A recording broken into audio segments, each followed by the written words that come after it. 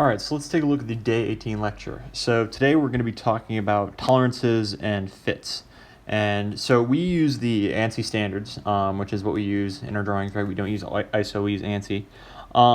And basically this means that each dimension should have a tolerance, except those dimensions specifically identified as a reference, maximum, minimum, or stock.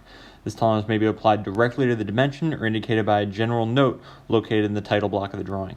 So those are our, in the bottom right of our drawing, we haven't really worried about those tolerances, and now we're gonna be hoping that you can input those correctly. So let's take a look at what we mean by that. So variation is unavoidable. Basically, if you're manufacturing something, even with a high degree of with super tight tolerances, parts are going to be different in some ways, and tolerances is how you specify how different the parts can be.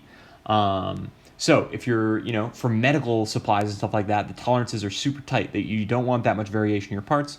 But again, if you're doing something, if you're cutting, some sort of support for, a non-load-bearing, piece or something, the tolerance is not that important, right?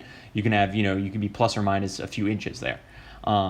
So tolerances change, but here we have a little chart showing tolerances produced by different processes of machining.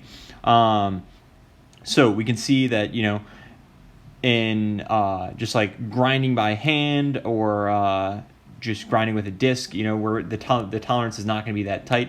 As we go into drilling and boring and reaming, the tolerances get a little tighter. And then honing and polishing is where you're going to get super tight tolerances. But that little red circle there is the thousandth of an inch. So that is that's a super tight tolerance. On just a normal piece. So keep that in mind. When we don't necessarily give a tolerance of point like the far right of the graph here, like 0.1, right? That's going to be a 10,000th of an inch. That's so you got to be careful on how you're tolerancing. And then the bottom we have some less frequently used processes, so chemical machining and electron beam machining and all that kind of stuff. So a cool little chart to take a look at that. And then here we have service finish. So service finish for production time. So as you go left on the graph, the service finish is increasing, and as you go up, the time is increasing for how long it's going to take. And basically, production time is the same as money. So the longer something takes to produce, the more it's going to cost to produce that. So we can see that drilling, we can get pretty decent service finishes, but those graphs kind of exponentially increase in the end. It gets really hard to get that last 5% better. So keep that in mind.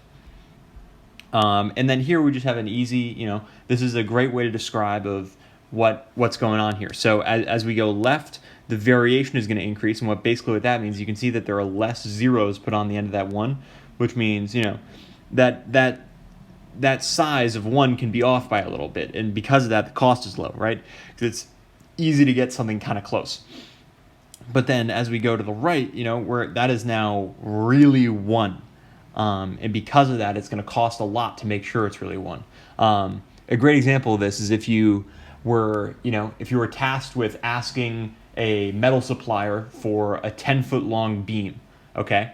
If you said it's 10 feet, 0.0, they're going to cut that beam to about 10 feet. It's not going to cost that much to make.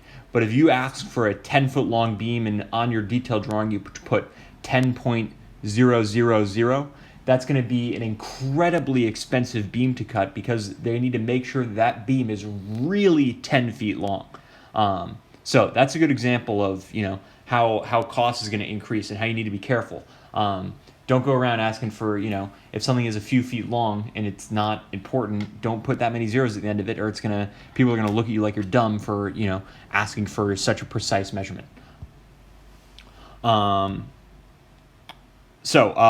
Tolerance, as we said, is an acceptable amount of variation that will still allow the thing that you're making to function correctly, right? So you can go plus or minus whatever and get it to still function correctly. And there are a bunch of different types of tolerances. All right, that slide is, there we go. So as we can see here, there are a bunch of tolerances on this thing to the right here, and we're going to talk about the different types that we see. So we have limit dimensions, unilateral, and then bilateral tolerances. So let's take a look at those more specifically. You can see them up here. We're going to actually take a little deeper dive now. So a limit dimension are two dimensions stacked on top of each other. And what this is going to show is the largest it can possibly be and the smallest it can possibly be. So if that object is between 0.980 and 0.975, you're good. Even if it's at those, you're good. You just can't be over or under that value. Limit dimensions, you just put them stacked on top of each other, and we'll take a look at how to do that in SolidWorks soon. Then we have unilateral tolerances, and what that basically means is that you're going to give 0.5, but it can increase, but only in one direction. So it's going to still have a plus minus, but the minus is going to be set to 0. So that object, say you're making a hole that you want a shaft to go through, right? You want to make sure that hole is big enough for the shaft, and so you'll have it be, a diameter of 1, right? Plus a little bit, because you want that hole to be a little bit too big to make sure that the thing's going to, the shaft is going to slide through. So that's an example of, why you'd want a unilateral tolerance, but we'll take a closer look soon. But it can only deviate in one direction. And then we have bilateral tolerances, which is very similar to unilateral, except now it can deviate in both directions. So you can set something to be, a radius of 0.5, and then choose it to go up and down, or increase and decrease by a certain amount. And that can be, they can change for plus and minus, whatever. So here's an example here of what, the bottom right sheet of your page is going to look like. And basically, if no tolerance is specified, then general tolerances can be applied by just controlling how many values show up past the decimal point. So that's going to give you your tolerance there.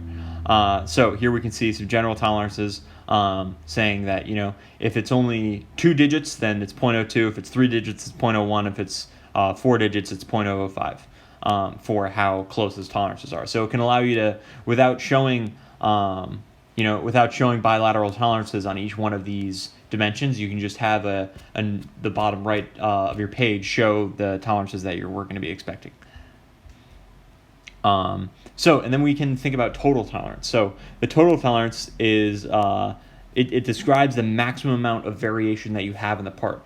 And so if your tolerance is 0.1, then your total tolerance is 0.2, right? Because from 0.5, we can go to 0.51, and we can go to 0.49, which is a total distance of 0.2. So it's saying there's 0.2 of, I don't know, it depends on what unit we're in here, of total variation, even though we can only go up and down by 0.1. You just add those together. And then when you're measuring, the device you should be using to measure should be able to get within 1/10 of the total tolerance. So that just makes sure that you're being accurate enough and that what you're measuring is actually, making sense. You don't want to use a ruler to measure something to the thousandth of an inch. And then we have a SolidWorks drawing example, which you guys can either keep watching the slideshow, or you can go over right now and you can look at that example, whatever you guys want to do. But we're almost done here. And then we're going to talk about fits. So how big should a hole be? And how big should the shaft be? And that depends on what you're making.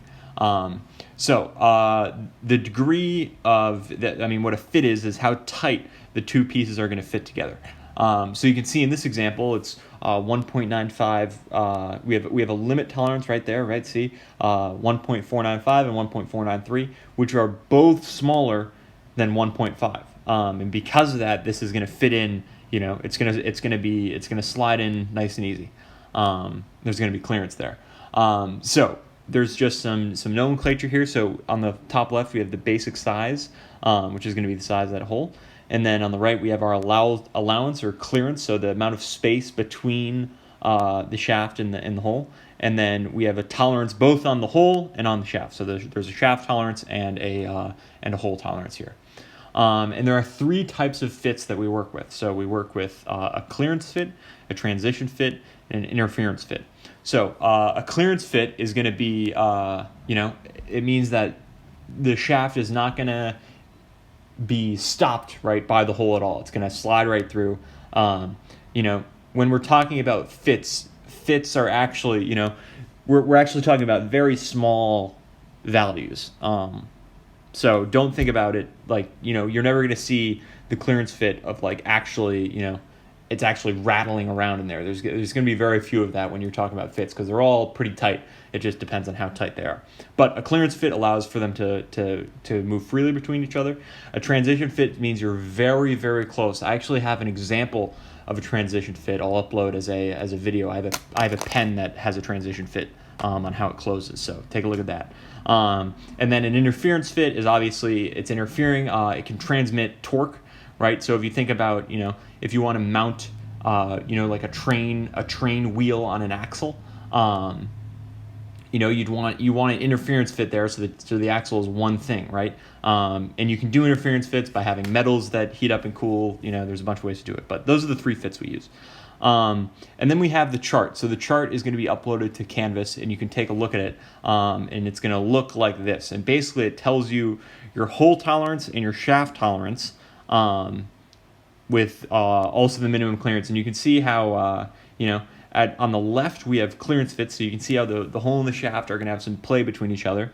And then as we get towards the middle, we're going to have transition fits, so they're going to be just basically the exact same size. And then after that, we have interference fits, which means they're interfering with each other. So if you were to kind of push them together, it wouldn't go in, which you can see on the left there. An interference fit is going to be too big for the hole. Well, but you know, you can shove it if you really want to. But basically, the whole and then you have the shaft basis, which is the same thing, because we have a hole basis. Sorry, we're going to describe this better in a second, but basically we have our hole basis and our shaft basis, which they're very similar graphs. You can see that just the line that they're starting at is different. So one of them, we're thinking about the clearance relative to the hole, and the other one we're thinking about the clearance relative to the shaft. So if you look at the graph on the left here, or not the graph, the diagram on the left, you can see how the hole is the important thing, right? And the rod we're selecting, or the shaft, is going to be what's changing. And on a shaft basis, you can see that the shaft is the same and the hole is what's changing.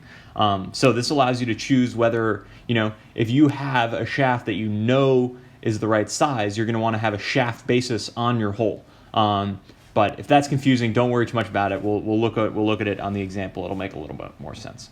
But this is the table we're going to give you, and the table is going to describe both hole and shaft basis and how it works. And that's what we're covering in the example. But so now we're going to talk about fits in SolidWorks, so you can go to the example, and we will take a look at that.